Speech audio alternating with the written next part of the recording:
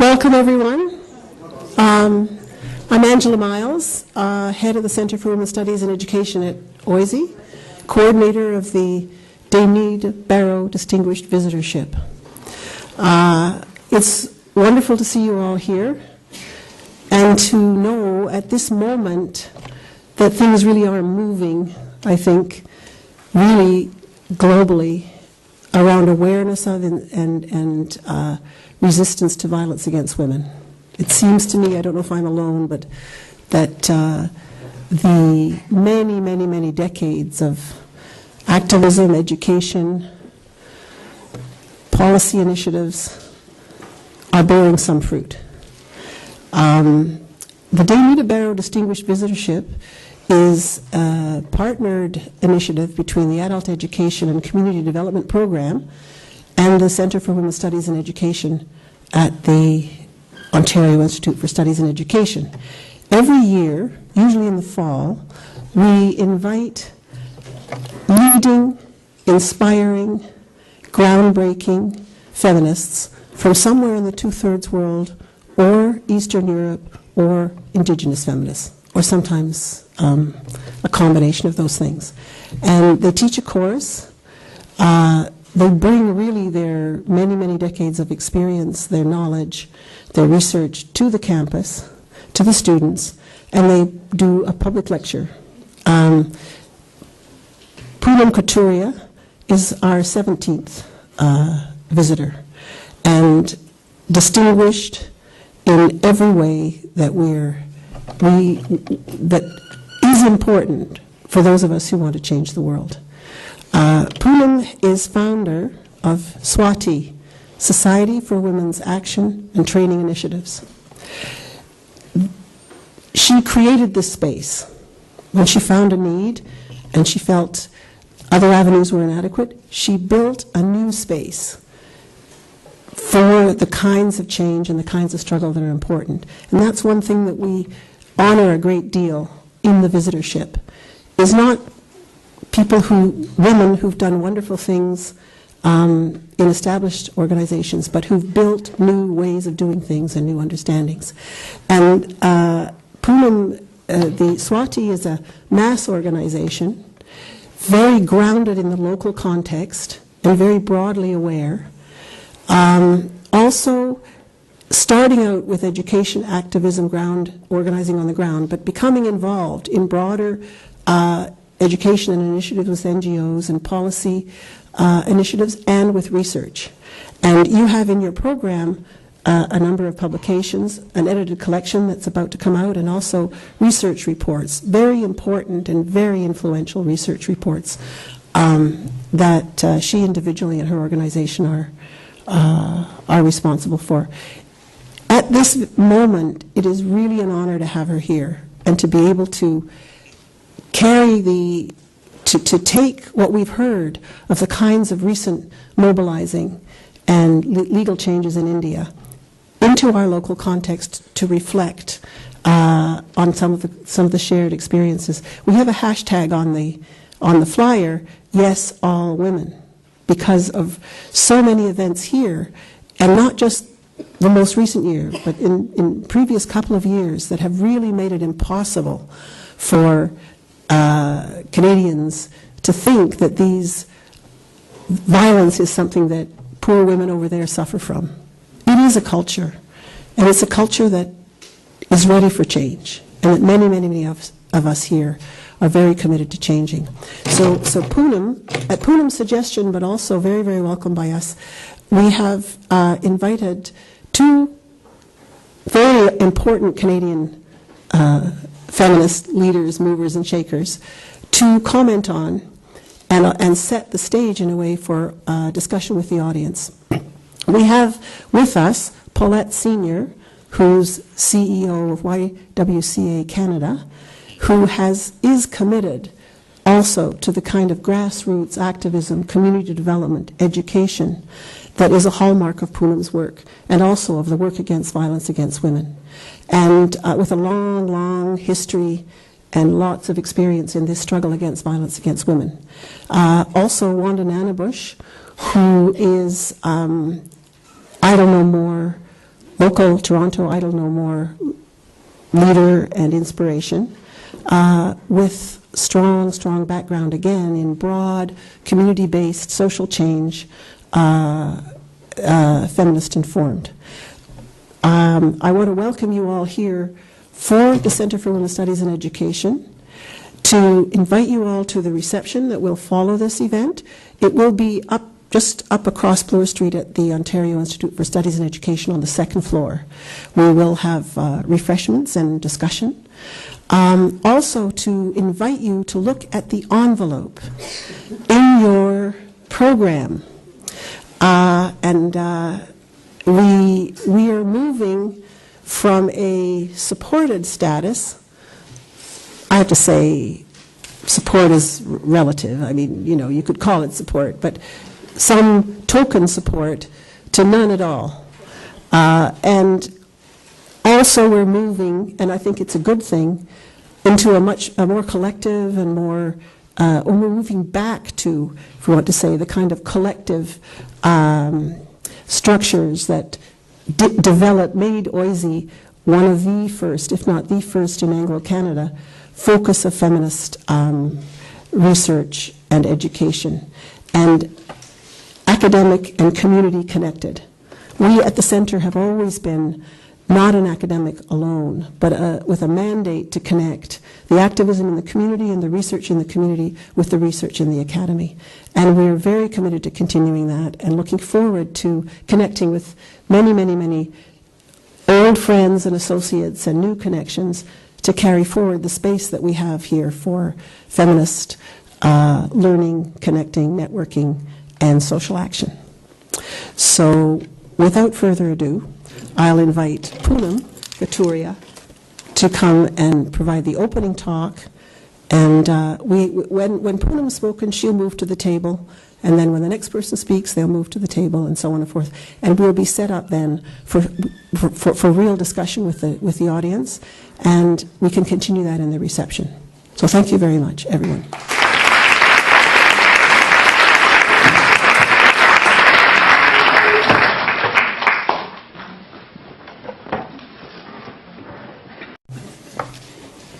Hi and good evening, everybody. I hope I'm visible. These things ought to have, or actually, well, it's lovely to be a short-term visitor and then to know that, to feel that you almost know 40% of the people in the audience, and that's a great feeling. I look around and I see friends. I'm teaching a class, so there are my classmates and class fellows. And that's a great feeling. My host, Frida, and friend and host both, well, she keeps on saying that I speak very fast. So she is going to be my pacemaker, not in the heart, but on my speech. So she has to raise her hand like this whenever I go very fast. I think the topic that I've chosen today is to talk about rape and rape statistics in India. But the reason why we zeroed in on this topic was also the fact that world over, and the yes hashtag, and you see all the time word rape culture coming up, and we felt that it was time to not just keep this topic, for some countries and some regions and some job cultures, but to see how it connects across, and so that's how it is. I also thank you all for this opportunity and for making time to be here and discuss and share what I think is an issue of concern, which is rape and sexual assault. I am aware also that, Wanda is not here today, but I'm also aware that indigenous women and girls and immigrant populations face very high levels of violence, including sexual assault, also from very often by the very people they are supposed to be protected from, which is the police. So I'm grateful that Paulette is here, and hopefully Wanda will come in here, and they would share their perspectives from their work and from the North American, Canadian perspectives, and see how we can together sort of make this a very meaningful and challenging discussion for all of us. But coming back to India, I would like to begin by saying that India is a vibrating democracy with not one movement but several equally vibrant and dynamic women's movements, in which millions of women are mobilized against violence and discrimination, fighting for right to food, land, better laws, their effective implementation, responsive administration, accountable governments, and resisting sexual harassment. The underlying fact of this pluralism is that gender is only one of the determinants defining the living conditions, opportunities, and challenges that women in India face. The intersectionality, and I think that's very important to recognize, that we are all at different levels of the pyramid, and the intersectionality of caste, class, ethnicity, religion have to be recognized. Women's challenges in no country are uniform. So women are not one uniform as all women, though hashtag all women is there, but we need to recognize this intersectionality. In the Indian context, this plurality, often seen as fragmentation, has actually been the strength of the Indian women's movement. It has allowed the space for social movements which are not explicitly focused on gender issues to be infused with feminist practices and values, and thus allow for the possibility of using feminist analysis and forms of collective action. So how do we sort of inform the other movements? So how to make feminism a mainstream across the feminist agenda across movements has become the hallmark of the Indian women's movement. This was amply visible in the large-scale nationwide protest against the brutal gang rape of a young girl in a moving bus. I think that's how India, I think, came to be known in 2012. I think across the international media has spoken about that whole incident in a widespread way, and all of you know about it in great detail. The New Delhi gang rape has become a landmark in the fight for women's rights, in women's rights and feminism in India, leading to legislative changes and moving gender to the center stage of political debate. Feminism is no longer the F word, and women's liberation can no longer be considered a Western aspiration. I mean, very often we in India are sort of told that, feminism is a Western concept, and my response to that is then capitalism was also a Western concept, and Marxism is also a Western concept. So what is not a Western? So I'm just saying, why are feminists constantly getting labeled like that? So coming back, while this one case became the tipping point for a change in perceptions, laws, and responses from the state, it obviously has been the outcome of rigorous debates, research, analysis, and study, and sustained work on ground spearheaded by the Indian women's movement. And I do think the Indian women's movement since the 70s has been very strong. So in this talk, I would try to trace the evolution of the feminist perspective in law, the arduous journey of the rape law in India, and where we stand today. My attempt is not to just measure change, but also to see what continues. And I want to focus on this. We just had a discussion in our class also that for a long time, the women's movement has continued to focus and sort of focus on what has changed, but without looking at what continues. So while you have shifts and changes and movements are taking place, we also need to look at how patriarchy keeps on readjusting itself to the new forms of patriarchy which emerge. So the boys take father's name, the children take father's name, father gives away the daughter, the rate of wage employment of women, the percentage of wages of women in Canadian economy is 64% vis-a-vis men. They earn 64 paise or cents vis-a-vis men. So I'm saying we need to look at what is it that is continuing rather than to look at what is it that is changing. I would look at both and not neglect this totally. My purpose is also to initiate a dialogue about how law and culture interact with each other, and getting new laws does not necessarily change cultures of patriarchy, race and caste. At times it may even strengthen. And sometimes the change may be just a new form of the old exploitation. Women in India may get raped on the street. You may have in North America or the Western culture a huge amount of date rape. It's just a new form of, we may sort of tell ourselves, oh, our girls are now free to move out, boys and girls can mingle together, but something has not changed. The statistics around rape have not changed. What has changed is the context in which that may happen. So I think we need to keep on focused on that. Here I also want to make a point about, and this was much more so earlier than now, but I thought it sort of bothered me a bit, that the pitch taken by some of the international media. Rape is by no means peculiar to India. By labeling Delhi as the rape capital and South Africa as the rape capital and coining the term rape culture applied selectively, are we being manipulated into seeing what they want to show? Oh, you women in the West, see how lucky you are. So I'm just saying this is a whole manipulation of the media which sort of makes us feel, oh, we are safe and they are not. But are we really safe? Because, I mean, I'll show you some statistics. In the process, what they successfully do is shift attention, and more so also the possibilities of organized transnational feminisms against sexism and misogyny experienced by women across most cultures across the world. If we were to dwell on this a little more, we will know how true this is. Let me share with you some statistics. Sujata, at some point I'll need your help on this. I don't know where it is placed, okay? Okay, so 26% men in South Africa, and read Africa, said they have raped. A woman is raped every 20 minutes. Which one is it? Okay, yeah, we can reduce it. We can sort of reduce it, but yeah. Okay. A woman is raped every 20 minutes in India. 1 in 5 women in USA, and this was a report which was submitted to the White House in November 2013. 1 in 5 women in USA is raped. And in one of my earlier talks around the same topic, we were 21 of us, 19 women and 2 men in Oise, in the room. I passed around 2 chits. The first asking, have you ever been raped? And the second asking, have you had to have sex without your consent? 9 of the 21 people in the room answered yes to the first question. We provided people didn't write their names.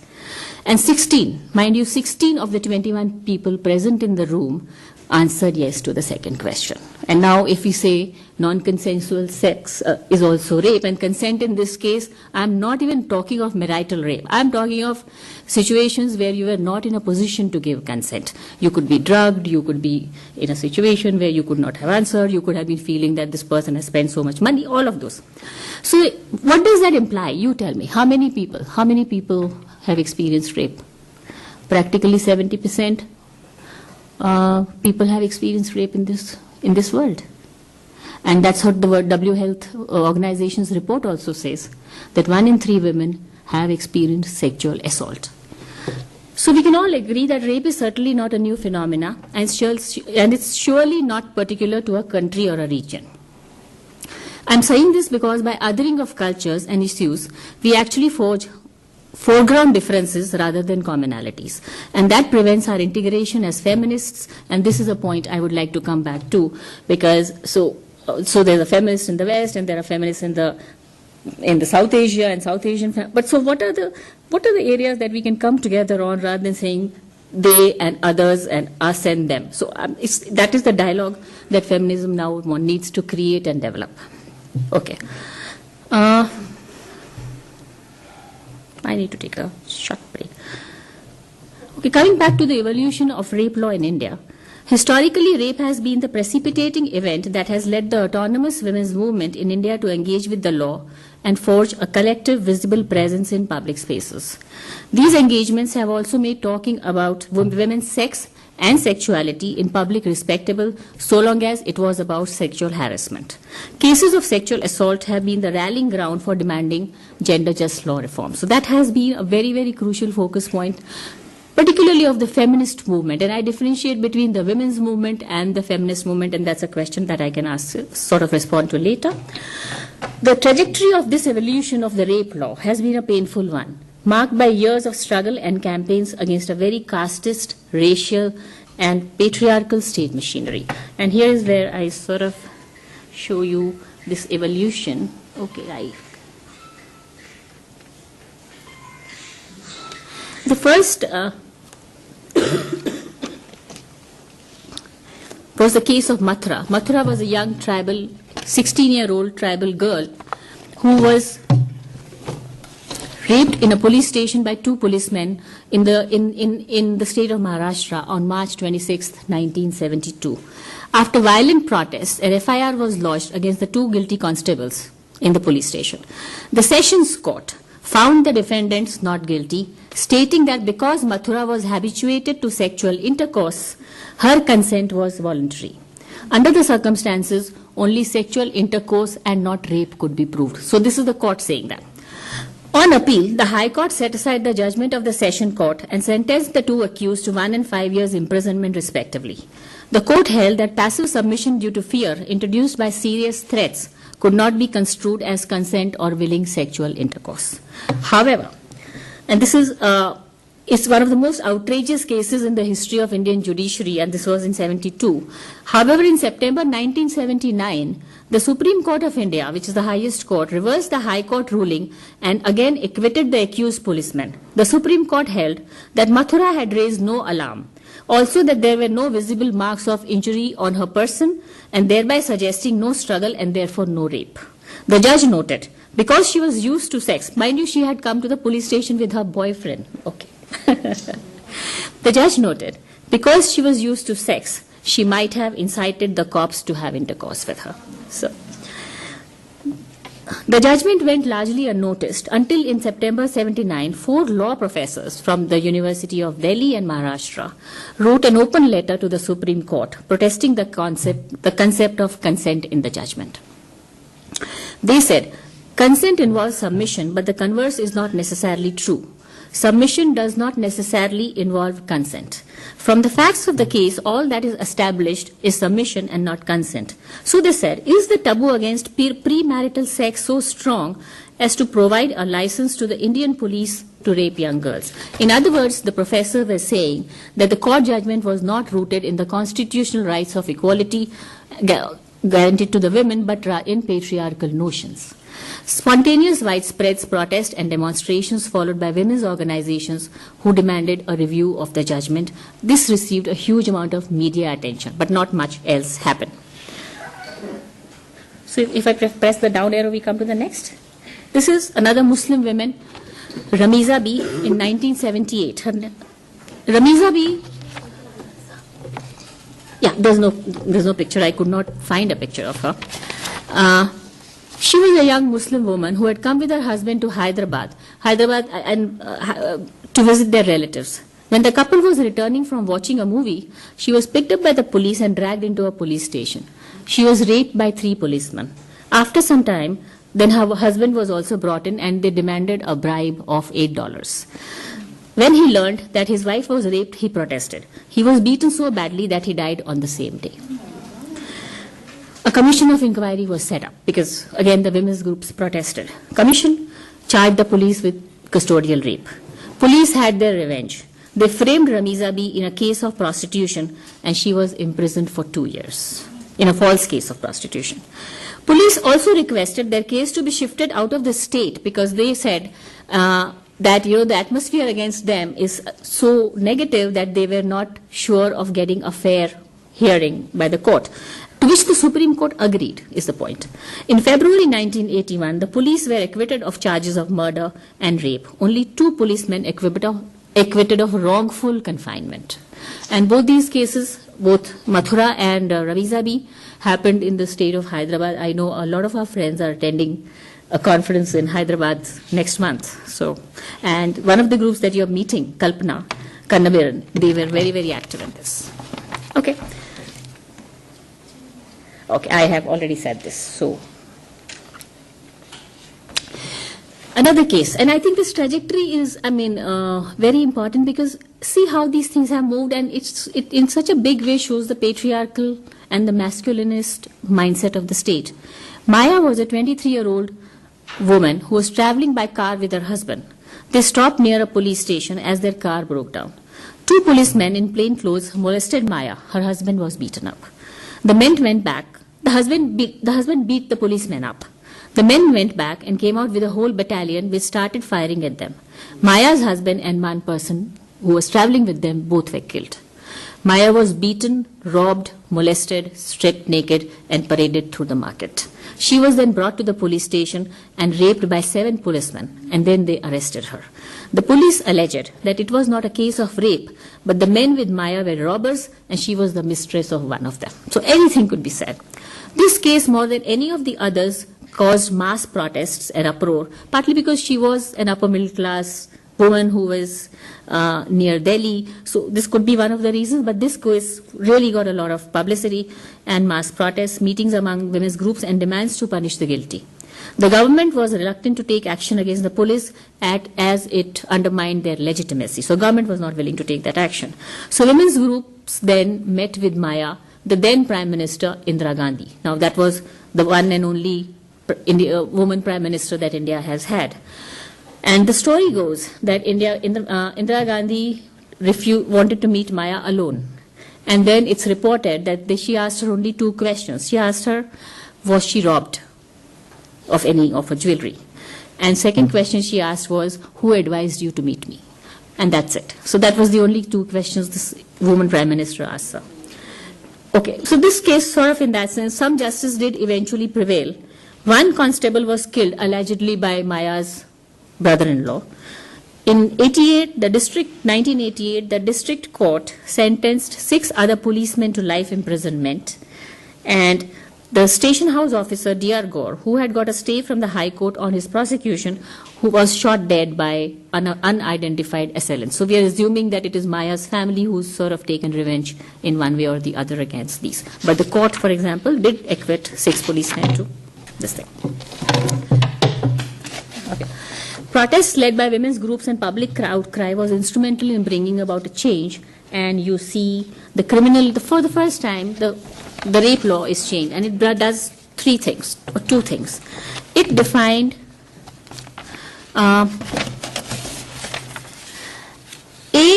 the court for the first time said that if a woman says that she did not consent to the sexual intercourse, the court shall presume that she did not consent. Because till then, there were all kind of horrendous questions being asked to women about their character, where she went, what she was wearing, what she did, was he her boyfriend. So if she said there was no consent, then the court will have to presume that. The second thing that they said was, if for the first time the court defined custodial rape, and it made custodial rape punishable. So custodial rape was a definition which was created. And apart from that, the amendment shifted the burden of proof from the accuser to the accused. So if intercourse was proved, it was for the accused to prove that it was not rape and not on the accuser. On the accuser. It also added provisions for in-camera trials and the prohibition on the disclosure of the victim's identity and tougher sentences. Do we have prohibitions on the disclosure of victim's identity here, too, in Canada?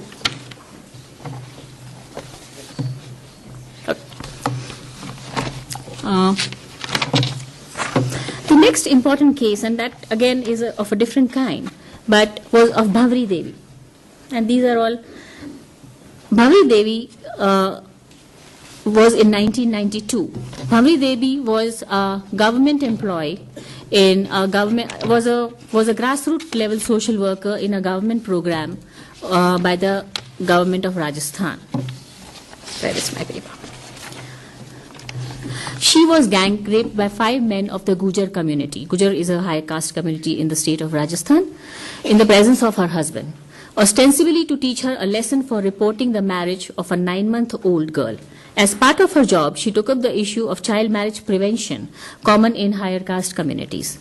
The trial was completed and the verdict was delivered by the district and the sessions judge in November 1995. I remember being part of this protest. This is when we were just beginning our work with Swati.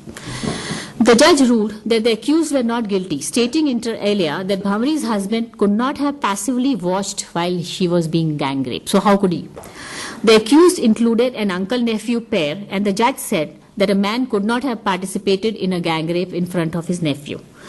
He also stated that he believed that an upper caste man would not have raped a Dalit lower caste woman. So you can see how the debates go and what kind of a patriarchal, casteist judicial the mindset existed even amongst the judiciary. This led to a huge debate. When women enter into the workforce, does the kind of violence, the kind of reprisals that they have to experience, is it different? If a man from a lower caste had also asserted in this manner, he may have had to face severe physical punishment. But the kind of sexualized violence that the woman had to face led to an analysis and the beginning of an understanding that we need to look at the workplace differently. The workplace is a gendered workplace.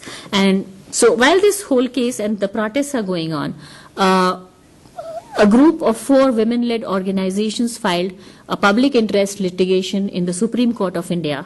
And this led to what is known as the Vishakha Guidelines, which laid down, which recognized that sexual harassment at workplace exists and provided the basic definition of sexual harassment at workplace and provided the guidelines to deal with it. So It said, for example, that sexual harassment committees should be set in place. And for the first time, the court used CEDAW in this whole context of state accountability. The court also said that it will be the responsibility of the state to see to it that these committees are set up in the workplaces. So state accountability was brought in for the first time. The Supreme Court set down these guidelines and said that till the Parliament enacts a law regarding sexual harassment at workplace, these guidelines should be considered the law. But mind you, we did not have a law. So this was just a Supreme Court order. And the law related to sexual harassment at workplace was passed in 2013, 16 years later. So you can see the gap between the court had said something and the way the parliamentarians sort of move in their thing. The two other very important watershed movements that shaped the discourse around the... Okay, I would like to point you, and you should remember this. This is Bhamri Devi, who's this social worker who's working at a grassroots level in Rajasthan. She's still alive and a source of great inspiration for a lot of us. She has been fighting it relentlessly. By the way, her case still goes on in the court. After 21 years, she still hasn't got justice. We have the sexual harassment at workplace bill out of this case because the Supreme Court recognized that this had happened. But Priya just told me to slow down. But it's almost 21 years since she was gang raped. The perpetrators of the crime are yet to be punished, and the case drags on in the Supreme Court. And in the meantime, 3 of the 6 accused have also died. So I'm just saying it's just a travesty of justice. Two more actually, and we shall sort of look at these because they're the two other very important. The other and okay, I want to say that what she's holding in front of her is a banner which says that a woman's body is not a playground for your pleasures. Okay, we need to remember this, and we'll come full circle in our this thing as to how this sort of plays itself out again and again. So this was like 21 years ago. The other very thing we have in India, and this was an incident and a protest which there's very little conversation in India and elsewhere in the media, partly because it doesn't affect all the countries, all the states or the entire.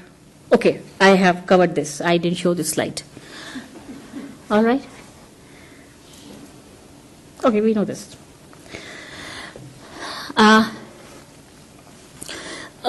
This was a very, very strong protest, and this happened in very little conversation, unfortunately, even within India, as it does not perhaps impact all the women in the country.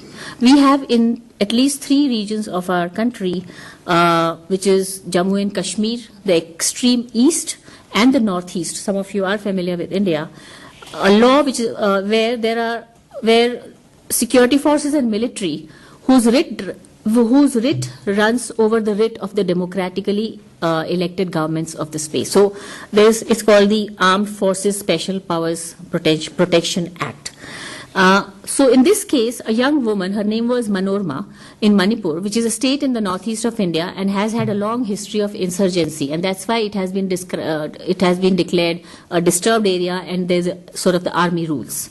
She was alleged to be a member of an insurgent group, picked up from her house, body found a few hours later with very obvious marks of sexual violence, and shot dead, including in her private parts to erase any mark of the rape that had taken place. She was taken by the Indian Army from her house, and this had happened after that. It led to a very strong and perhaps the most powerful protest that India had ever witnessed, where senior women, they're called Marabis, who are called the mothers, it means Marabis means mothers, called the mothers in Manipur, stripped themselves off their clothes and stood naked outside the army station called the Kangla Fort with a very large banner which has the only thing covering them saying, Indian Army come rape us. It was, so you can imagine these middle-aged women standing there with these banners in front of the army headquarters and saying, come rape us. They turned their bodies into the very weapon that the army had used as a vulnerability. They demanded a change in a particular law, which actually is a colonial legacy, which was initiated by the British during the Quit India movement, but continues to be part of the Indian law called the Armed Forces Special Powers Act, imposed in the Northeast since 1958. So they have had this act since 1958. And in Kashmir since 1990. This law gives absolute impunity to the armed forces to commit crime, and there is no accountability whatsoever because the immunity is embedded in the statute. So even if there is a rape, the courts cannot try them. It has to be the army itself which will take cognizance of this and how they want to try it. So there can be no recourse to any judicial or mechanism in this particular case. And the more recent and the much more in news, 16th December 2012 rape of a young girl in a moving bus, which was the beginning of my conversation. India witnessed large-scale protests against the brutal gang rape of a young girl in a moving bus. Except for the two incidents, and now I'm talking of all the incidents that I have described, except for the two incidents, that of Bhavri Devi and of the 16th December 2012 case, all of the cases involved rape by policemen or security forces. Indicting the state has been thus central to the activism around sexual violence in the Indian women's movement. And if you noticed, all of the rapes have been against very poor, lower caste, except for one or two. The most have been that, and I do see some comparison in that between when we talk of the rapes of the First Nation women or the rapes of the immigrant women and the disappearance of these women. I think we need to draw some parallels as to how police and the security agencies are sort of very, very central to the violence that is committed against them. The New Delhi gang rape has become a landmark, and I again now want to draw your attention to what this girl is carrying. My body, my right, my city, my right. And we remember what Bhavri Devi said. My body is not a playground for your pleasures. And this is like there's a gap of 21 years, and our discourse and our protests are around the same issues, is what struck me when I sort of was looking at this picture. Okay, So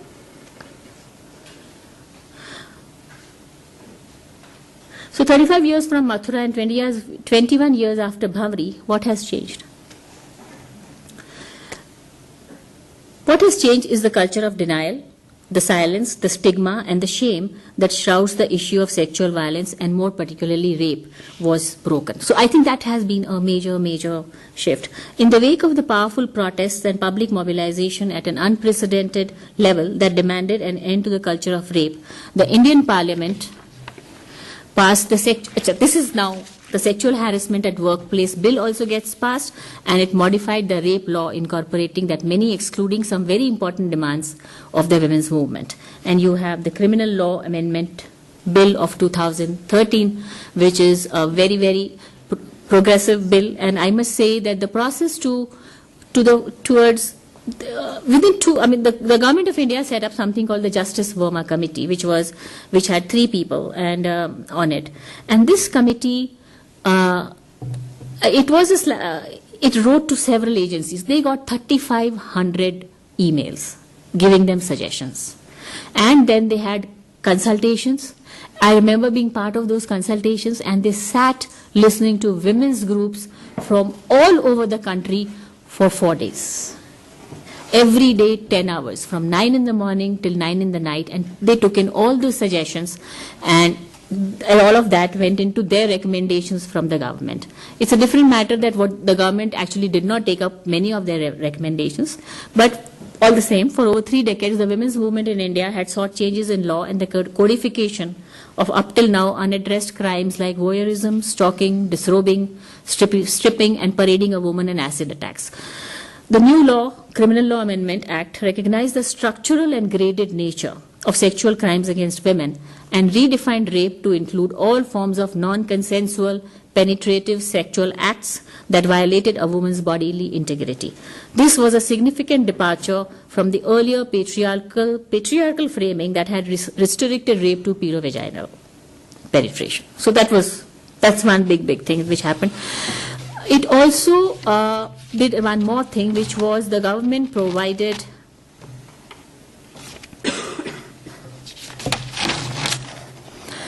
it also actually put in a state accountability in terms of setting up, for the first time we have in our hospitals and police station, support services for sexual assault. Otherwise, these were non-existent and always provided by women's groups like ours. So now the government has set up in hospitals and in police stations, support services for sexual assault. So all this sort of, it has come in.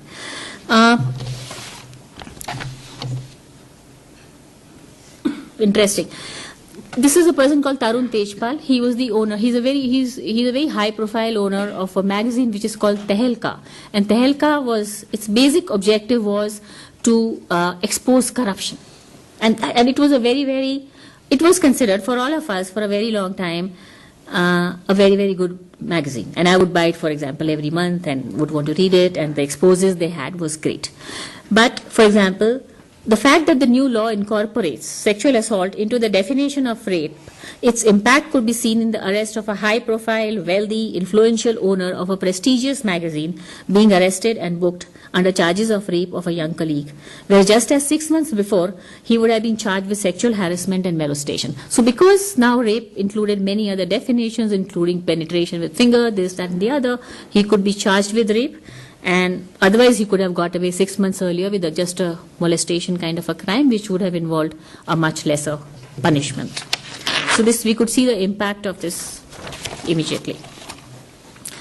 But the new law also disregarded many of the feminist demands and the recommendations of the Justice Verma Committee. For example, it fixed the new law continues to fix the age of consent at 18. The women's groups had demanded the age of consent to be lowered to 16 because we do know that young people are now indulging into sexual activities at a much younger age. In this case, even if there is consent, if the girl is less than 18, it automatically becomes a rape, and that's a problematic construct. But this also came into conflict with the child rights groups. So there was all kinds of pressures on this, but so the age of consent remains at 18. It exempted marital rape. Marital rape is not recognized. It retained the death penalty. Again, our experience says that the higher, if you ask for very harsh punishments, the judiciary is not willing to give those punishments. So it doesn't go in favor of the victim to talk of a death penalty because the judiciary will not pass it so easily. So the women's movement is, and on other principles, I think the women's movement has been against death penalty. So the Supreme Court retained that. The Parliament retained that. Army continues to be immune from prosecution for sexual assaults. It did not recognize sexual violence against women from marginalized communities as aggravated form of a crime, and treated rape as a gender-specific crime. Now, again, this was important because the women's movement wanted that the perpetrator should be gender specific and the victims should be gender neutral, because men do face homosexual men do face rape from other men. So this was our concern, but that has not been incorporated into the new law. But I think that's the way it goes. So this is where we are at this point in time, and we still have to rid ourselves of the patriarchy and the misogyny from the police starting. I mean, and as I look at this was passed in 2013. As I look at the process, I think from the police, what happens is from the police station to the courtroom, an attitude of suspicion and contempt stalks the victim survivors of sexual violence and continues to permeate the legal system. Suddenly there's a whole cry of, oh, we are getting very favorable laws, like women are being favored, is the kind of attitude and atmosphere that prevails. The verdicts of the judiciary are still framed in the language of protection rather than rooting them in women's constitutional rights to freedom and safety. So very often, for example, if a rapist says, I'm willing to marry the victim, so the judges are very willing to consider that and are willing to ask her that, do you think that's a fair option? Now, it's like, now he's making her honorable, So we do now have, so in that sense, there is a problem there. But we do now have a stronger law to leverage for justice. We are in a situation where the conversation has begun, the challenges have begun, the contestation has begun. And I must tell you, the challenges are there. The 2014, we have had an election, and a very right-wing government has come into power. And one of the politicians actually told a huge audience, one of the electoral promise was that they would water down the new rape law. And this was an electoral promise if they were brought into power. And this man also went on to say that boys will be boys. So I'm just saying it doesn't end. And sometimes I think as a woman I fail to understand and I wish I could, as to from where this is coming. And obviously he has a constituency, and he's perceived a constituency of men who would vote for him, and this was part of their party's electoral promises. But anyway, I think, like I said, the conversation has begun, the challenges have begun, and the contestation has begun. We can only move ahead from here, and hope lies with the women who are courageously coming forward and reporting on rape. Current statistics show a marked increase in the number of women lodging complaints. This is largely because of the encouragement they have received and the courage they have received from the change in the public discourse. And suddenly, yes, the stigma around rape has gone. So you have more and more women very freely reporting rape in that sense of the term. We see this as a positive sign and not a negative signal. The fact that there's an increase in the number of, for some time it seems as though, oh, the rapes have gone up. But it's the reporting which has gone up. So that's the sort of a difference. I would like to end by once again reiterating that to think of rape as a phenomenon exclusive to some countries or cultures would be grossly inconsistent with our experiences and what the statistics say. Sexual violence does not stop at state borders or with state policies. It's not partial to any geographical region. It will continue to, and the fear of it will continue to haunt the lives of women. I think it's time that we women and men come together to say, we will not live with this anymore, and we will not live with this anymore, is what we should say. Thank you. And in that,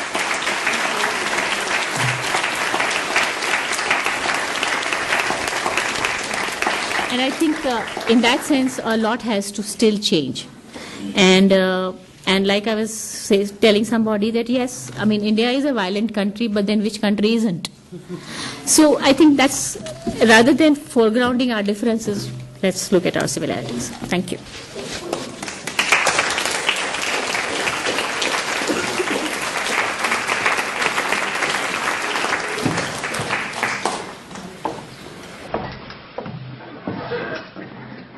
Good evening, everyone. My name is Paulette Senior. I'm with the YWCA of Canada.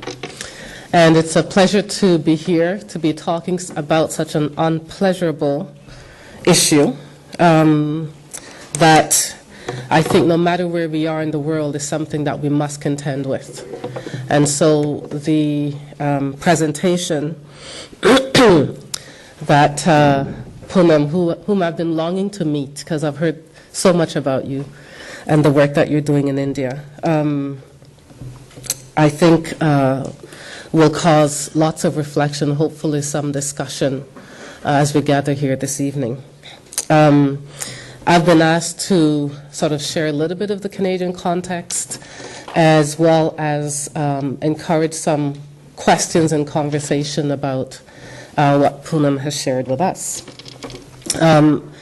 First, I will sort of contextualize the place from which I speak, just to make sure that I'm not positioning myself as an expert in the area of issues of rape in Canada, but more in terms of serving women and girls across the country. So the YWCA Canada is an organization, probably the oldest in the country, that's been serving women and girls, probably the oldest globally, in 126 countries or so. In Canada, we are the largest provider of shelters for women who are fleeing violence. Not sure if that's something to cheer for, but it is work that we've been doing for a very long time and working in partnership with many organizations, including the rape crisis centers across the country that do that service. So to them, I think they should be the ones that are lauded for the work that they do with women who suffer through sexual assaults across our various communities day by day.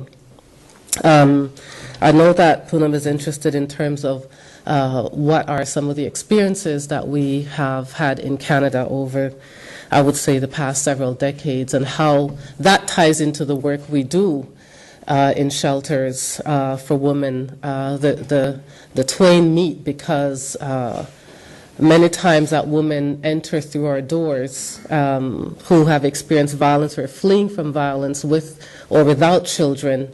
It usually also involves sexual assault, usually also involves rape. And so I think it is important to link the two, as well as to link the broader societal and political and global issue of inequality of what we experience every day in our walking lives. And so when I hear about the statistics, Poonam, that you have shared with us, and the development of laws since the 70s around atrocious acts of rape, I don't think that here in Canada we can actually, even though I heard gaffes, including my own, I don't think we can actually feel that we are better in Canada. I think our laws are older, they've been in place a lot longer. Perhaps the struggle for women's equality and feminism has been much more pronounced for a longer period of time. However, I would say that when you look at the statistics in Canada and possibly North America, I'm not quite sure that we have a lot to be proud of. So when you look at the fact that of every 100 incidents of sexual assault that occur, only 6 are actually reported to the police. 1 to 2% of date rapes, sexual assaults, are reported to the police. So only 1 to 2% of them are actually reported. And we know that from the work that we do with young women and girls across the country. We also know that 1 in 4 young women, and we see young women as up to 29, 1 in 4 North American women will be sexually assaulted, and even greater for young women. 11% of women have physical injury resulting from sexual assaults, and only 2 to 4% of all sexual assaults reported are actually false reports. So I think it's important to say that, because I know that we've had history in this country, in the women's movement, in the feminist movement, where the issue of false claims took precedence at one point in time, although it's not raised its ugly head for quite a while. It's also important to say that 60% of sexual abuse or assault victims are under the age of 17. So that is a sobering statistic. And it sort of underscores the work that we're doing at the YWCA when we're working much more pronouncedly with young women and girls, particularly in the area of prevention and empowerment programs. Because we feel that while the research is important, as a service provider, we have to be able to respond through the program services that we deliver in communities across the country. So whether it's the power of being a girl, whether it's creating girl spaces that are safe, or one of our innovative tools that we created is how we could actually use technology. So we actually created a safety siren, which is an app, and I'm happy to talk about that a little bit later. But basically, it is a free download on the major platforms that we use in our palms every day. But we also know, more important, that's where girls and young women live. And so we created as a way to provide vital information at their fingertips in terms of safe dating tips, as well as they can pre-program contacts, whether by email or by phone or both, for someone who can be called or notified if they're in trouble. And in addition, it also operates as an old-fashioned rape whistle. So when you press this particular icon, it will send off a loud noise. So that's one of the things that we've created in response to supporting and providing services to young women who won't necessarily walk through our doors all the times as service providers.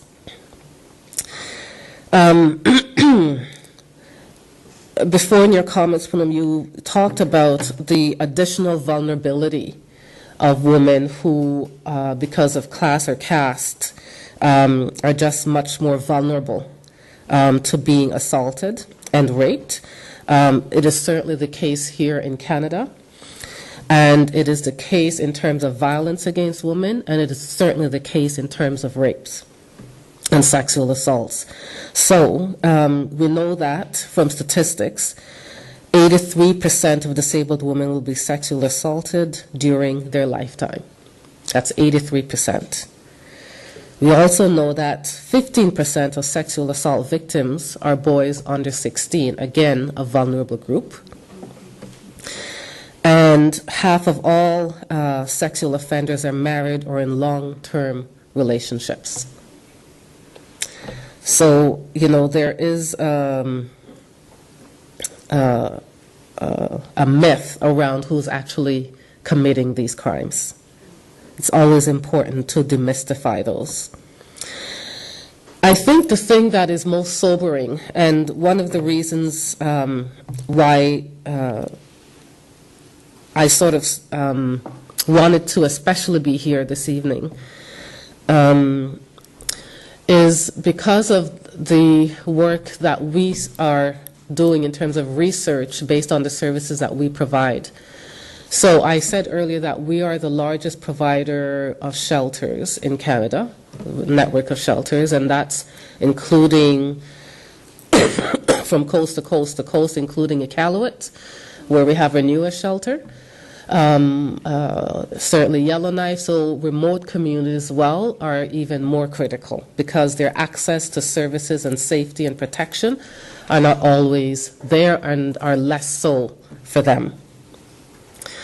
We also, through research, discovered that the women who are entering our doors, over 40% of them are Indigenous women. So over 40%. The statistics in terms of sexual assaults for Indigenous women is 57%. 57% of Aboriginal women have been sexually assaulted. So that is staggering, and it tells us a lot as to the history that we have in Canada in terms of how we treat Indigenous people and who the most vulnerable people are in Canada. Because it's certainly a group of vulnerable women in many ways, but I think through movements such as the I'll No More movement and others, they're certainly working to combat a lot of these issues. We also know that 1/5 of all sexual assaults involve a weapon of some sort, and certainly we see that in our shelters. We know that women who enter our doors are more often than not frightened. When I was working at a shelter up in York region, there was a woman who had been killed by her husband, and the circumstance was that she had left him because of abuse and returned so she could actually see if there's an opportunity for reconciliation, or if not, to leave and fetch her things. And he actually shot and killed her in her kitchen. And so that was a trial that we went through as shelter staff supporting that family. And it is not an unusual circumstance when a woman is fleeing violence, and especially when weapons are involved. And the last statistic that I will share with you is that 80% of all assailants are friends or family members of the victim. So certainly not strangers to us. So that is the context in terms of the stats in Canada. And we know that sexual assault is far more common than most would suspect. We also know that relatively few incidents of sexual assault are reported to the police. Young and otherwise vulnerable women are most likely to be sexually abused and assaulted, and most sexual assaults are committed by someone close to the victim. So I will wrap up my opening comments there, and perhaps this is an opportunity where we can have some dialogue and some hopefully burning questions from you, the audience. Thank you.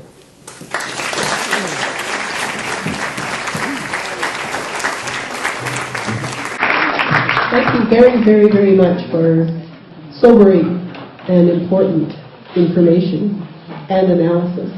I just want to check. I don't see Wanda anywhere. Are you hiding anywhere, Wanda? We hope. Yes. Oh, she's sick? Oh, okay. Wanda's not well, and actually Paulette's just recovering, and so am I, so it's a bad season. I'm sure she's here in spirit, and I'm sure in the audience we have many, many people who are very knowledgeable about a lot of the things we're going to be talking about and so on. Shall we take about 3 or 4 questions and then have comments from both of you or comments from the audience? And if you people could also say their address. what's that? People could also, if you have a specific question, then you could also directly ask the question. Yeah, but I'm thinking, should we collect a few, or shall we have time so we can take one question at a time? Could also say where they're from, and that would help the confederate. Which would you prefer, one at a time? For now. Two, a few. And would you like to do it yourselves? Sure. Yeah, you can take them on, and thank you so much. I think we'll really have an interesting discussion. Thanks. I saw a couple here, so how about this lady here with the blue scarf? Can you hear me? Oh, yes. Perhaps you addressed it, Poonam, forgive me, I may have faded out toward the end, but the official of the state where those 4 girls were raped and lynched said a very famous statement. He said, well, rape is a social crime, sometimes it's good, sometimes it's bad. Are you familiar with that statement? Are you addressing the question to me? Oh, no, I'm sorry, to Poonam. Oh. 4 rebels were lynched and raped. Right, and then I was sent a notice on Avaz or change.org on the computer saying that the governor of the state, or a prominent state official, was it Gujarat? I don't know which state it was that it happened. I would need to know, was it the 2002 riots? No, it was just the recent rapes of the Dalit girls that were raped and hung from trees. Uttar Pradesh. It was in Uttar Pradesh. In Uttar Pradesh? Yeah. Yes. No, I am not very, very familiar with that. Okay, because he made a shocking statement that went around the world. Well, Rape is a social crime. I know, we have, for example, I'm not very, very conversant with this, partly because I've been traveling. But I know a little bit about this. But at the time of the Delhi gang rape, 2012, the police commissioner was severely being questioned about the whole issue of women's safety. We don't want, I'm very happy with, in India also there's a huge amount of mobile apps around safety coming up, and that's becoming its own thing. But the bottom line is that we want safety in public spaces for women, irrespective of. And the police commissioner comes and says, well, if you can't fight it, you might as well enjoy it. And this is on television, okay? Now, my retort to this, we have a mayor in Canada who has that similar statement. Yes. So I'm saying, all I'm trying to say all the time is that we have men who are safe everywhere. So to start saying, oh, that man in India said it, oh God, and that's India, no. Let's start looking for these men amidst ourselves, and some of the talk which the boys do about girls and the conversations about girls is as sexist as it's a different world altogether. No, I know, it just defies comprehension. Because he said sometimes it's good, sometimes it's bad. So I was wondering what his logic was in differentiating. Anyway, it's just... No, I just told you about this politician who made this into an electoral agenda where he said boys will be boys. So I'm saying yes, but... There is much work to do, clearly. Can I say, we normally have 2 mics set up for questioners, and I just realized we don't have them now. But rather than me bouncing around, if you'd like to ask a question, if you come down and are available to be given the mic, we can save some time. But we just have one mobile But just to mic. give you an additional example of how, knee-jerk governments can be. Recently, and this is not recently, this is 6 months ago, the Indian government started selling they called it the pink revolver. Small enough to fit into your purse. What are you promoting? I mean, what are you saying? So you are now telling women to start buying licensed guns. And they called it the pink revolver to make it. And no, it's a very warped kind of a logic. It is a very male logic of how to, I mean, it's not talking of change, it's talking of violence actually. My question is for both of you. I'm wondering, you spoke about how the laws are not always an effective way to change the culture. I'm wondering, what have you seen is an effective way? What is effective? What are the effective tools for shifting the culture? And the second piece is also, what is the role of people that have lived experience of sexual assault in changing that culture? Ask me.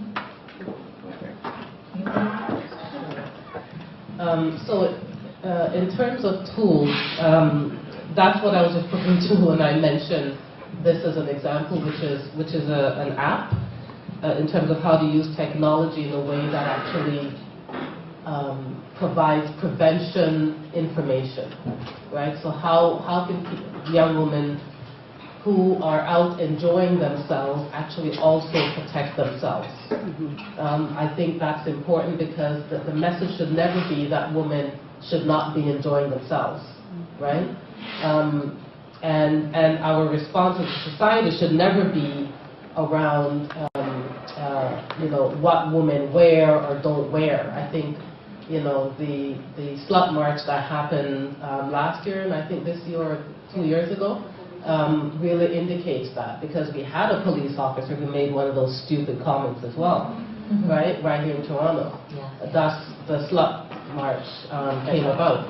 So it's the focus that we work on in terms of the YWCA is that we are particularly concerned about young women and girls.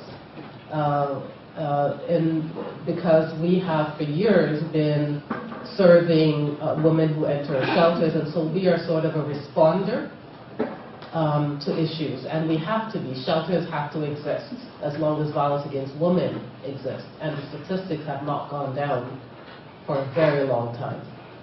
So that must happen, but we also have a responsibility to work in the area of prevention. And so for us, we've really taken on a number of initiatives in terms of providing opportunities for girls to learn about themselves, to be empowered, to address issues around self-esteem and body image. One of the tools that our YWCA in Montreal did was they worked in partnership with the NFB to create a video that focused on the sexual exploitation of young girls, girls in playgrounds. So it's called a hypersexualization of girls, but also looking at what happens to boys in that process. And in that way, ensuring that gathering young women and girls to actually discuss and debate around what these things are, and looking at the images that they're receiving about themselves, particularly in the media, in video, music videos in particular, and talking about what that means, what that says, looking at images in magazines. So I think when we have empowered girls and young women, we can actually change the tide, because what I am personally interested in is having more girls and young women in leadership positions, no matter where they are, in terms of the law, in terms of whatever power systems we have. We need to have more women making laws, creating laws, being adjudicators, challenging men on their assumptions that they're making, being Prime Minister. You know, I think we have to really think about this as a much bigger picture, because I do believe that the issues that we are responding to as service providers have to do fundamentally with inequality. So I think we have a lot of work there to do. I can just supplement, and I completely agree with you. The other, I mean, I think if you look at the trajectory of law changing, obviously some culture had changed. I mean, laws have not happened on their own. The Indian Parliament did not pass this law because suddenly the legislators thought it was time. There was a huge, massive protest all over the country, and that is what led to. So some culture has changed, but and definitely women are getting empowered, have to be empowered. But the other area that I feel like working with is the boys, and boys in a masculinity perspective. Till now, we talked about gender sensitization of boys or of men, and I personally believe that patriarchy and masculinity gives certain privileges to men. It privileges men, and why would men want to give up those privileges? So to appeal, when you're talking of gender sensitization of men, you're basically telling them, oh, those poor women, look at how they're suffering, you need to be. Why will they give up? And to me, the patriarch will only become a patronizing. So, whereas the masculinity's perspective is also looking at how men lead violent lives themselves. Have you ever seen gang fights with revolvers between girls on the road? Have you ever heard of it? Have you ever heard of a girl stealing her father's revolver and doing a shootout in the school? Why not? So obviously men's and boys' lives are much more violent, and if we can sort of start discussing with them this at a very early stage. And to me, masculinity is a trait. I'm not here equating masculine with men. I'm not saying all of us have feminine and masculine traits. Boys and men are raised to always, and it's sort of like the hegemonic masculinity, the idea and notion of masculinity. And in my head, somebody was talking about this. Do you remember this Marlboro's man? And that was the idea of masculinity. And so, how do we change? And how does this man changes into a more feminine? And then, of course, the very superficial kind of a notion of metrosexual man came. And I actually call it, an idea without content. It was a very superficial thought, but definitely it brought in the idea of the need to discuss that it is possible to be a different kind of a man. So to me that conversation was important. But we need to go beyond and say we all have a feminine and a masculine side, and men need to look at it and look at how much harm they are causing to themselves and to the rest of the world. Militaries, conflict, capitalism, destruction, sexual violence, sexual assault, conflict in conflict areas, rapes by soldiers. It's a man's world. So I'm just saying violence permeates that male culture, and I think that is what we need to start talking through with our boys.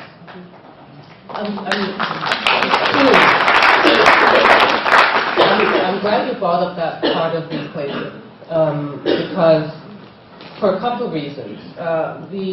We have Status of Women Canada that funds a lot of the work that we do, various organizations across the country. And politics aside, one of the directions that they've been going in of late is actually funding a lot of programs that are addressing men. And so while it's an important issue to address, what we find ourselves in a place of having less funds available to serve women, and with those same minimum funds going to men and men's programming. And men's programming is important to have. In fact, our YWCA in Moncton, New Brunswick runs both the power of being a girl and the strength in being a boy. And so for them, that's an important program to run. But also, what happens is that women's organizations are left unfunded or getting significantly less funds because the funds now need to be divided in that context. So that is one of the the challenges we're now dealing with in Canada. The other point I wanted to make is that one of the programs that's being funded in BC that I heard about last year is an organization that works with professional football teams, so the BC Lions, the Saskatchewan Roughriders, I'm right? And possibly others. And it's around utilizing them as spokesmen to address violence against women. So, I think it's a noble thing to do. I think it's one of those things that really requires more content and appropriate content from this perspective of feminism and also from the perspective of what is appropriate to do, because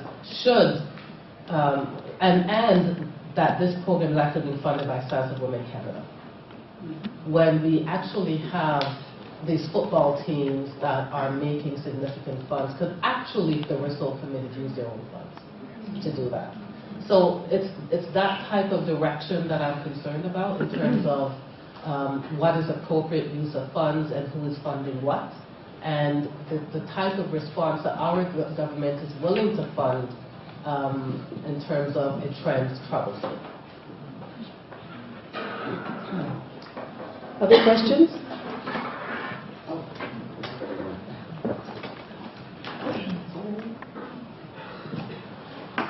Hi, I'm Derek. I'm from go to U of T here for just for some AQs. We have a degree here. I thought we were doing the introduction. Oh, sorry. I have 2 points. One is just to your comments first about rape for men, that men don't necessarily have to be homosexual or gay to be raped or to rape other men. So just wanted to make that quick point. In regards to AFPSA, I hope I'm getting that acronym right, about the Indian military, the special lab where they have immunity, and they're deployed to different states or provinces. I just want to make maybe a connection, and I want to see if you agree with it, is that Canadian mining companies have been reported to employ paramilitary forces to make sure that they have access to the resources so that they can actually mine, and they use rape as a tool to discipline women, to destroy communities, etc., etc. And we also hear of rape being used as a tool for war. I'm wondering if, in the case of AFPSA, that they use rape as a tool for profit or a tool for war in the same vein, and just your comments on that. What is AFPSA? Oh, I thought that was the Indian program, Armed yeah. Forces Conflict Act? No, I don't think so. But it does give complete immunity and impunity to these armed forces to arrest and then rape. And we have very often seen custodial rape happens not because of any sense of about that particular person, but sometimes even that. It's basically male power, and rape is used as a weapon of war in many of these cases, because the army is frustrated. It has been in an insurgent state since 1958, and it has its own anger, whatever, its own impressions. So that sort of, I think, is the reason. It's not being used for profit or anything like that, but definitely as a weapon of war. So I wonder if you could just expand a bit on that. It was a shock to me as well to learn that the military is exempt from being charged. Militaries all over the world are exempt. Militaries all over the world UN forces included are exempt. So are the UN forces, actually. And so what happens is only the military can try. So they can have their internal trials, but so those are very, very trials. And by the way, the chances of a woman being raped in the US Army is higher than an American soldier being killed. Yeah. Oh my God. So I'm just saying, it's not funny. It's just that we haven't paid enough attention to these statistics. And if the day you start unraveling, I was like, where was this coming from, and there's no end to it. And I think somewhere all these national boundaries, ideas of nationhood, mothers of the nation, so women embodying one kind of an honor, so you dishonor, somebody can go and dishonor because you're actually dishonoring men. All of that is the power play of men. And we all take it in. And depending on which side you are, it may feel good and it may feel bad. So if you're on the winning side, mothers of the nation, mothers of the soldiers, patriots, women who have sent their soldiers into the army to fight, and then on the other side, women are being raped because that is the dishonor. So I'm saying it's a very brutal and dirty power play. Which happens all the time, and because we are not in touch with it, because we only think our boys are fighting for the nation. And I'm not talking of any country right now when I say our. I'm saying it could be any country, it could be Japan, America, India, whatever, and we all think our boys are fighting for the nation.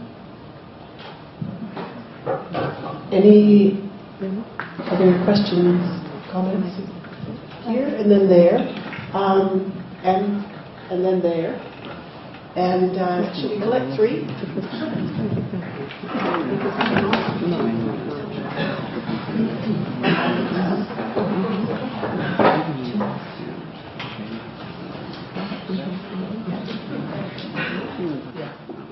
Hi there. As always, it's a pleasure to hear, however difficult the conversation it is, to hear about publicly speaking about sexual violence, etc. My question is much more geared to if in the experiences yourself, Poonam, as well as in the Canadian context, and I do come from the anti-violence sector, but I want to hear and it be stated openly, is the contradictions of culture and how we can problematize the notion of culture so it doesn't problematize the women or certain communities on one hand. So for example, whereas racialized women experience a high level of sexual violence, and so do Aboriginal women, and it needs to be addressed. But it somehow gets problematized with the notion of the culture of the community, and I think there has to be a distinction of what is it that we are really talking about. And I'd like you to share your views on it. And lastly, it's just a comment, is that we can learn something from each other. And in the Canadian context, for example, Aboriginal women and racialized women in the anti-violence movement historically, and the women's movement, and the anti-racism movement, and the peace movement, and whatever movement, where we have landed up entering the process, have argued the notion of intersectionality historically to be considered from the very beginning. So what is it that we can do to expedite the process of bringing in the complexities of violence experienced by Aboriginal women, racialized women, in all of their identity here, much better, and as well as what can happen in the South Asian context back home? Those are my two questions. Is that all? Well, I'm told that I better not ask too many. I've engaged in those battles, but I want to hear the discussion of the matter.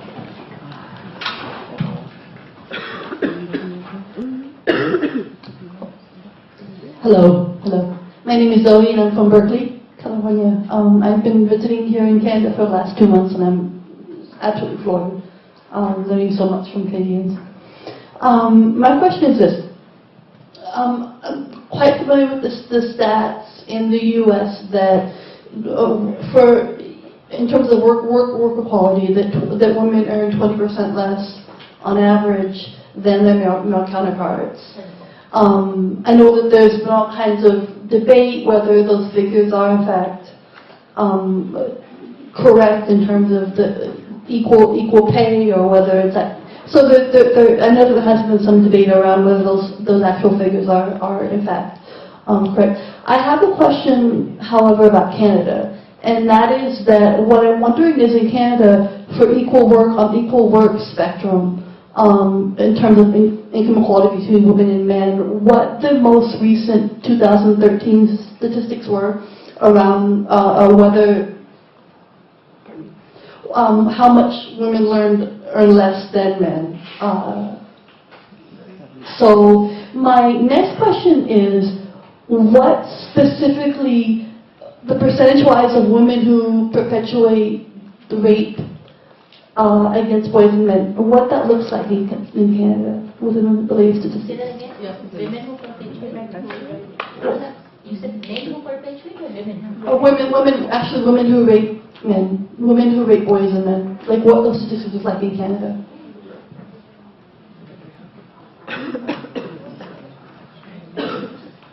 To your question, I mean, it's interesting in the sense of one of the biggest challenges of the women's movement has been, and that, for example, when we run support centers and when we are helping women who have faced violence, and then you get her onto the road to recovery, she becomes a different woman, you get her a job, she doesn't come back, she doesn't become a feminist or become a part of the women's movement. Somehow it has not, I mean, that has been our dilemma.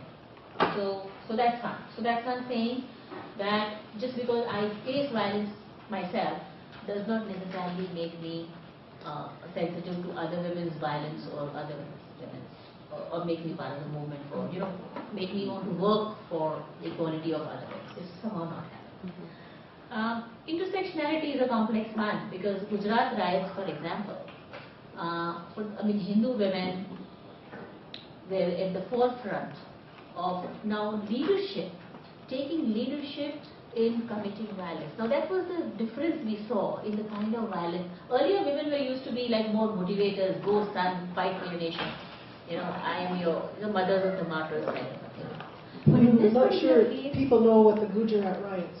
Do you want to give a little bit of information about that? in Gujarat, in 2002, there was a train of Hindu people coming back from Ayodhya. Ayodhya is the place where the Ram temple was supposed to be there, and there was now a mosque, and there was this right-wing party which decided to destroy that mosque and create a temple there.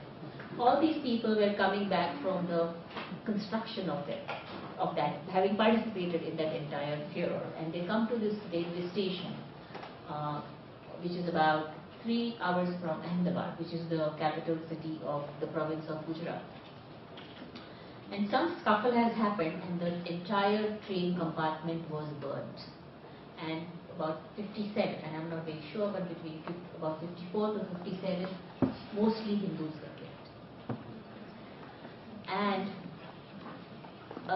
the government of Gujarat, which was at that time a right-wing led government, the person who was that time the chief minister is currently the prime minister of India, who's just come in with a huge majority. So you can see the implication. This person sort of gave impunity to the public and told the police, let it be, let them teach them a lesson. And he said 3 days. And for 3 days, just everything went haywire. And so we have had all kinds of nasty cases, but some of those cases have now been convicted. Gujarat is the only state where convictions have happened because of organizations like ours. I mean, people didn't give up. But in this particular case, there were women who actually went there and distributed swords. So, suddenly the role of the women from being supporters, at home or doing underground activities was now in the forefront. And that was the change, that shift that we saw in the role of the women, and that has been the Dalit women's movement, which is the lower caste women's movement, has always complained that the so-called higher caste feminist women's movement has not been sensitive enough to their causes. The Muslim women's movement has felt that we have not been sensitive to their causes. No, I'm saying that is where we say we have a plurality and these debates keep on happening, and these are the intersectionalities. All we can do is debate about them. I don't know if we can rise above culture so easily. We haven't been able to. That's what was the assumption of the women's movement in the early days. What we are reading now is that you will have to recognize intersectionality. Otherwise, we will make a mistake. What we already have in the human rights context in Canada, it's how we operationalize. People here? Right? Just so you know. Okay, so we have, but not in terms of a service delivery and policy in the BAW sector or women's sector. And that is where the people who are sitting in leadership now need to move. And perhaps there are lessons to learn as much as we have lessons. But I do see, I mean, and Angela keeps on telling me that there is our movement. We don't have a movement. So countries which have become very, I mean, there's a very individualized kind of a reference and framework. So we don't see a women's movement. The only thing that I see, 8th March, the First Nations women, they're the only one who came together to take out a demonstration. I didn't see any other group, at least here. So I'm just saying there has to be an active women's movement which comes out together to protest. And coming back to her question, because I think there is shortage of time, and I think my class knows it very well. 55% of girls are in graduate school as compared to boys. So there are more girls in graduate schools than boys are. And the recent statistics to me is that women earn 34% less. They drop out because they have children. All the time that when I'm walking on the streets, I see women walking with friends, and looking after kids and things like that. So obviously, the men's wage role is still considered supreme over the woman's mother role in that sense of the term. So all I'm saying is no, it is 34% less the income. And another interesting statistics was that in 1861 in Britain, the women's wage income compared to men was 71%. And in 2002, it was 72%. So I'm saying again, I want to come back again and again to what continues. Not what changed, because we are constantly, I mean, we are being pulled into focusing on change. Am I right on this statistics? British? Yes. Can't think back that far. I'll probably start with your question first, around the stats. The stats are certainly similar in Canada. I think it was 86 cents, but it also depends. Sorry? 64.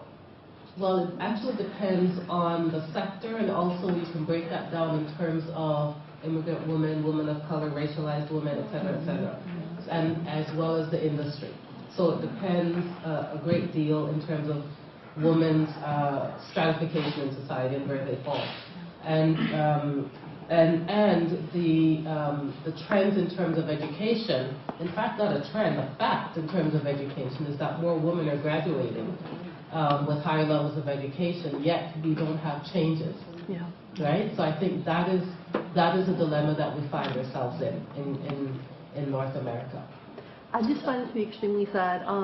Warren Farrell, for instance, obviously a man who has a good heart and sincere intentions, but just so deluded by the kind of misogynist bigotry that pervades so much of the U.S. and so much of the world.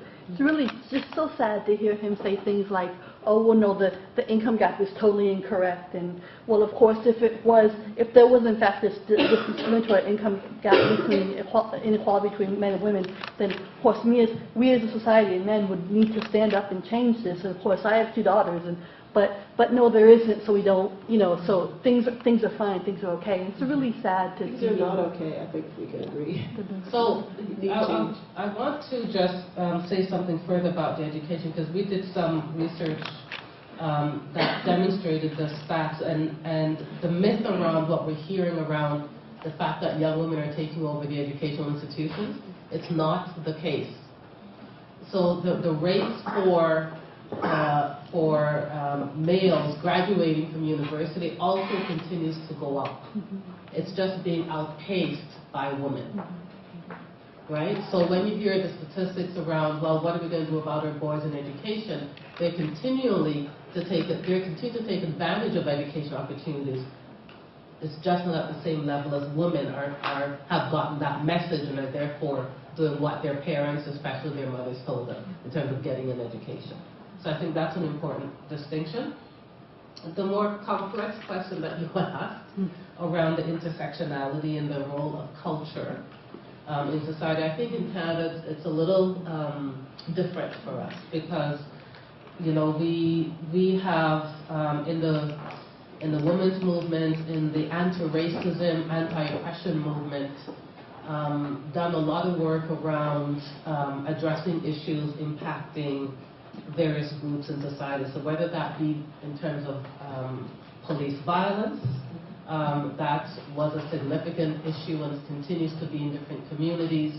But thinking back to 1992 and the so-called riots on Yonge Street, that led to significant changes in terms of policing, including the SIU that is now investigating every time a police shoots someone in Ontario. So whether it's violence or whether it's what is now also being funded by our federal government, by Science of Women Canada, around looking at honor killings, right? So they just sent out an RFP for organizations that wanted to work in that area, which I think is extraordinarily problematic. And utilizing that as a way of I guess, capitalizing on people's sentiments around immigration, right? And this is where some of the sentiments in the U.S. creep up into Canada quite well.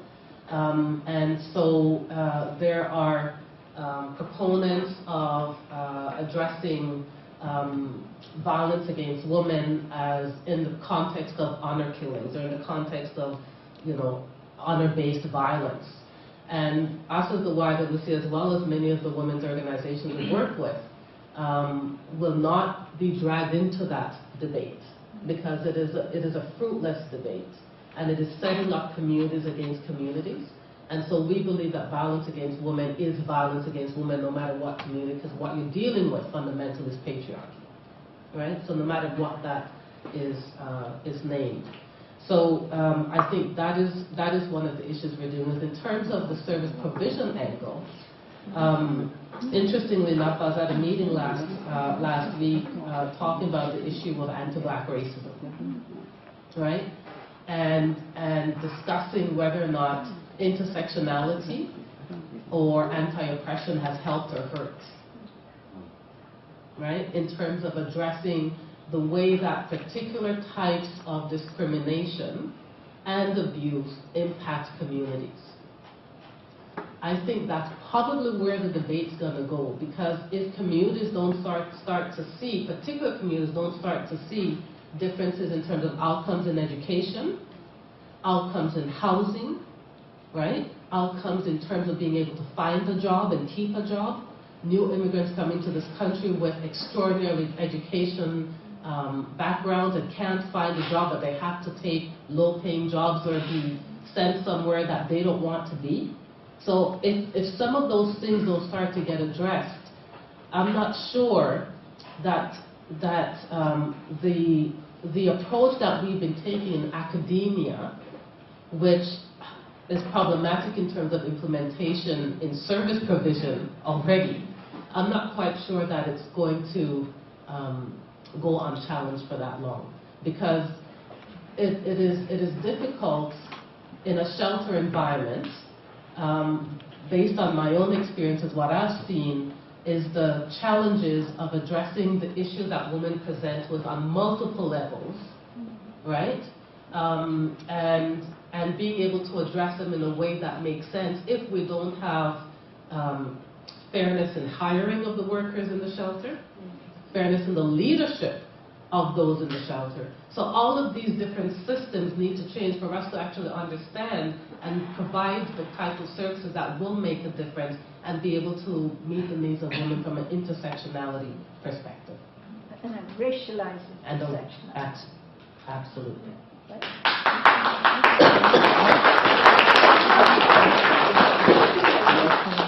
Hello, my name is Brenda. I'm Cree from Northern Manitoba. And because Wanda isn't here, I thought I should say a few words at least. I'm teaching here at Aboriginal Studies. I'm teaching contemporary challenges facing Indigenous communities. And I'm doing my PhD over at OAZ. And so, you know, Angela. No, I just wanted to say that violence against women here on this continent is very new and has come in with colonization. And before that, women were highly regarded and were equal to men, if not more powerful. And so, for myself, experiencing colonization, I wanted to ask you, you know, how colonization affected your culture and patriarchy and so on. But for myself, a lot of the sexual violence, especially, came in with missionaries. A lot of people don't know that. That was the Christianizing and the missionizing of our communities that brought in the sexual violence against even boys. So, in my community where I grew up, the man that raped me when I was 5 years old was raped. And the man that raped him was raped. And the man that raped him was raped by a missionary. And a lot of it spread out to all the communities, began with Christianity. And so I didn't know if that was similar to India or not. And so I wanted to ask that question.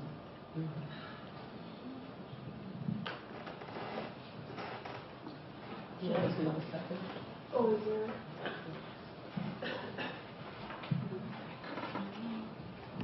Thank you. The Supreme Court of India 1 or 2 years ago reviewed over a score of cases a damning report of your own legal system, frankly, in my interpretation. And because essentially they said, what did they do? the Supreme Court of your own country, Yeah. from I think it's Manipur State, reviewed in detail the evidentiary files, prosecutorial files, etc., related to the failure to prosecute and the failed prosecutions, particularly in Manipur State, regarding sexual assault and rape over the past decade, I believe. And a damning report. Why would you say, I presume you're a lawyer, okay? Why do you think, and why do people keep thinking that the law will ameliorate substantially all these social and psychological problems?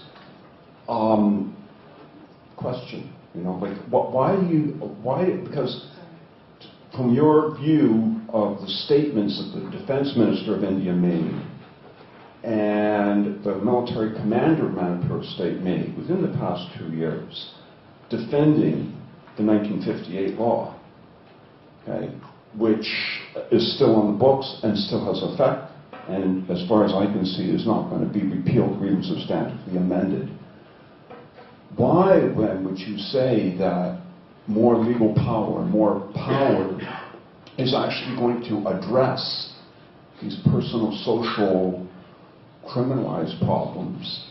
And I'd be interested to see what you have to say about the particular Supreme Court of Canada fallout of India report, because that was huge. I mean, I know that was a major, major issue in India, that it was so damning. There wasn't a shred, they should have all been prosecuted, most of them should have been convicted, nothing. So that is like, you know, the fact that it was so many to such a scale. Very, very substantial questions there, these last two. I think maybe, should we adjourn following these questions to reception, refreshments, and continued discussion? Okay, to your question first.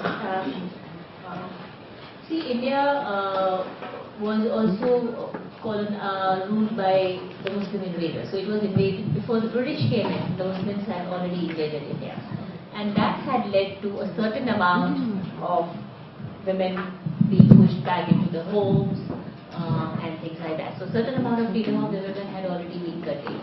And certain of the customs, for example, the sati, which is so popular, everyone thinks of India, everyone knows, I think, what sati is, right?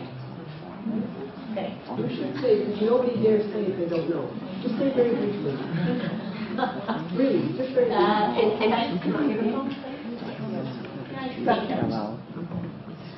Sati is this custom which actually prevailed only among the very, very high caste warrior classes. Was to the women to burn themselves on the fire of the husband. So when the husband died, she would take his body in his lap and sort of put herself up into flames. Now, there's a whole, and this is, I mean, because this is such an exotic view created of India, now sati was never a very prevalent practice because it was a revered practice. The woman who became sati was then sort of, prayed. I mean, she became like a goddess, a saint. So obviously it was not very common. But the way it sort of got promoted by the colonials was that as though every woman was becoming a sati. It wasn't the case. It was only the king's wives and things like that, the rare cases where the women were doing satis, and in any 1 year there will not be more than 18 or 19 satis. So that's the record would say that. I'm saying. So I think we have benefited from the colonial, but at the same time I think, yeah, it did some. I mean, a whole lot of our colonial law is a legacy of a whole lot of our laws are a legacy of the colonial government in that sense. For example, I think the Hindu women had much more rights to property from their fathers at the time of marriage compared to the British. But the British, for example, did not give much property to their daughters and their widows. So when they created those laws, they brought in their custom of maintenance into the system, where Indian women had right to a woman's wealth. So I'm just saying, this kind of a codification which happened slowly. The other thing that they did was they codified only the Hindu higher caste Hindu practices, whereas a whole lot of lower caste Hindu practices were very, very egalitarian. So only the codification into laws by the British, because they wanted to please a certain class of Hindus, and they were also doing a divide and rule policy of now making Muslims seem like these backward, polygamous, and this was a strategy of keeping yourself in power. That this kind of a process happened. But I think we did benefit. I mean, today fact remains that outside of the American and the English context, India remains the highest English-speaking population of the world. I do think our intellectual capital is as good as anywhere in the world. So it has a huge amount. So it has a huge extremity. But at the same time, the Indian intellectual capital, as you can see, is as good as any in the world in that sense. And I think some of the reforms that took place in the initial stages were because of the British, because our men went and the British needed an administrative service, so they got Indian men into it, they sent Indian men abroad, and then the Indian men needed power to seem more Western and more civilized, and so that's how. And then you have this whole legacy of the daughters of these people, their children, and then the movement continues. And I think the independence movement definitely it provided a legitimate reason for Indian women to come out in huge numbers. So I think that, I mean, and Gandhi, I think everyone who knows Gandhi, right? He is considered the father of the feminist movement in India. And if you think about it, I don't mind saying that because he himself was such a feminine creature. If you look at Gandhi, he was completely a very, very feminine man. And he appreciated the feminine more than the masculine. And that's why the non-violence, the non-cooperation movement, and the asking of the women to come into the thing. So I think that has had its impact in a huge way on the Indian women's movement. I mean, there is an Indian women's movement. I mean, so which is very, very vibrant even today. So I'm saying it's both ways, but I think we did benefit also. And to your question, that whole review, I'm not a lawyer by the way, so I may not be able to answer that very well. I just very briefly know about this whole review and how such little conviction happened. And the whole issue is also about this whole law of evidence for a very, very long time.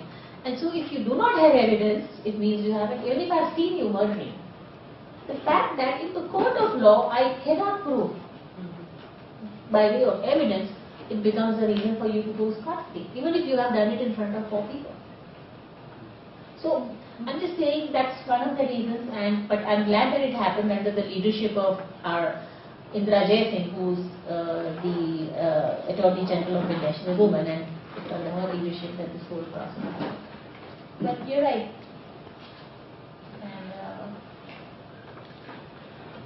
The record in Canada also is comparable.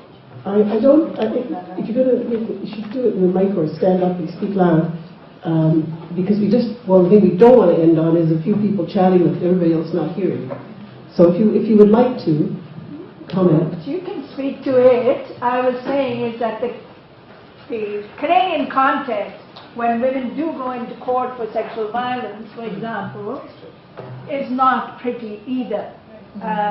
And that is partly on the sentiment of evidence because there's no witnesses, right? And the evidence issue, and a lot of women don't want to go, right, to convict. But when they do also, and when there is a conviction, the rate of conviction as well as the length of conviction and the punishment is very small. And so people feel disinclined to go. And there are no protections after. Right? So I just wanted to make that clear. It's a complex thing. For example, the Northeast, where the 1958 Act was there, because Northeast has been asking for a separate state. So there's a whole politics around you don't want a separatist movement, and culturally they are very, very different, and all of that is also happening. So when the defense minister doesn't say a word, he's coming from another perspective of how they do not want to give any legitimacy to this kind of thing. Another movement is an insurgent movement. Yeah, and the point around that you made around the dependence on the law to create change. I don't think anywhere we can actually depend on the law to create change. Right? I think it is one of the tools that we depend on, and our society is structured on, that we want to always hold accountable. But we also need to think of decision makers who are at the table making those changes. And as I once heard a woman say, that if we're not at the table, then we're actually on the plate. Right? So I think it's important that we are at the tables, because I don't think the laws would look the way they do if we had our presence there in the numbers that we need to have them. Thank you very much.